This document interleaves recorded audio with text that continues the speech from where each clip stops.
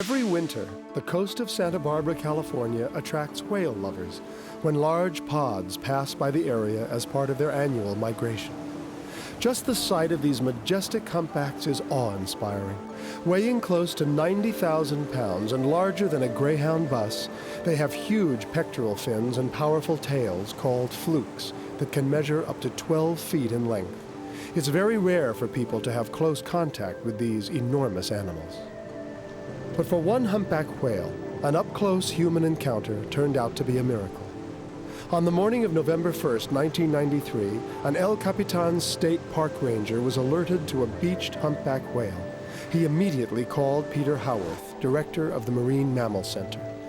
Howarth realized they had a major problem. Getting a 45-ton whale off the beach would be hard enough, but it would take a miracle to keep it alive. And this was the first one that was, to our knowledge, it was completely high and dry. We really didn't have any example to go from. We had to do the best we could and think our way through it. So you could see its big eyes looking around as we'd walk by it and follow you. It was kind of eerie. It knew we were there, it was watching us. It seemed helpless, and yet it was very much aware. Howarth's plan was to pull the whale back into the ocean. Realizing the Mammal Center didn't have a boat large enough to do this, he began calling companies that operated oil rigs in the area. Luckily, the Exxon Corporation was able to release 2 boats. The first one on the scene was the Aces High, a 90-foot crew boat with a 2,000 horsepower engine. Keeping his distance from the whale's potentially lethal flukes, Howarth tied a line around its tail. Meanwhile, volunteers dug a trench to reduce suction on the whale created by the surrounding sand. The time had come to tighten the line. First, everyone was cleared away from the beach in case the line snapped. Soon, the Aces High was going full throttle, but the whale didn't budge. It was really stuck, so I knew that our boat was not going to be big enough, and I think it was about that time that I recalled Roy Scheider and Jaws saying, "We need a bigger boat." Miraculously for Howarth, the second vessel, the Absher Tide, a 185-foot oil company boat, arrived. It had even more horsepower, but with daylight fading, the rescue team had to work fast. The body became very misshapen during the day. You could see as the water went out, it settled and flattened and became distorted. And the jaw was offset, and occasionally waves were putting a lot of sand into the mouth. So at one point we were getting some of the sand out so that it wouldn't create sores inside the mouth. A thick steel line was maneuvered under the whale's tail and tied in a team effort. But the captain of the Absher Tide was worried about the plan. My main concern was that we were going to pull the flukes right off the whale. And then we know for sure he would have died. So easing into it was my first concern. The 2,250 horsepower Absher Tide was unable to move it, and there were no other vessels around to call. With the sun going down and the tide going out, the whale rescue at El Capitan Beach was a heartbeat away from failure. Odds were that the whale wouldn't last the night.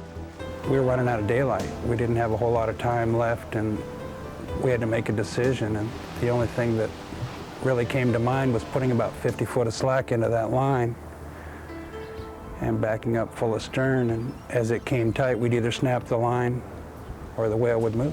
Come on, baby. Come on, yeah. Son of a gun. It was a miracle that this last-ditch effort worked. Actually, it was a 3-jerk thing. We did it once, we moved him real good, we repositioned ourselves, did it again, and on the third one, we just took him out to sea. He cooperated. Our objective was to pull it as far out of the cove of El Capitan as possible, get it out into open water to make sure that it wouldn't return to the beach, that it would be in open ocean and would head out. This part of the operation was extremely dangerous. If the whale panicked or got out of control, there was no way to stop it. Why don't you swim over and get the hook?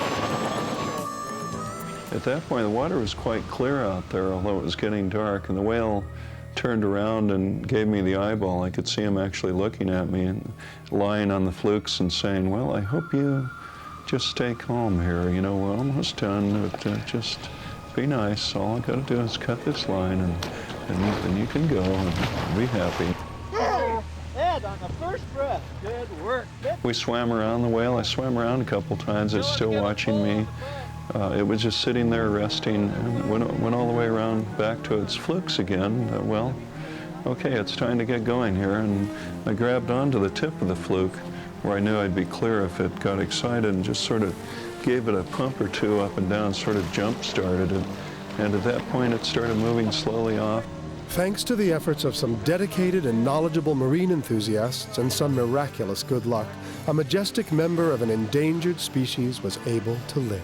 I, in fact, hope someday I'll be out there and see a whale that maybe is a little more friendly than the others and maybe looks familiar to me.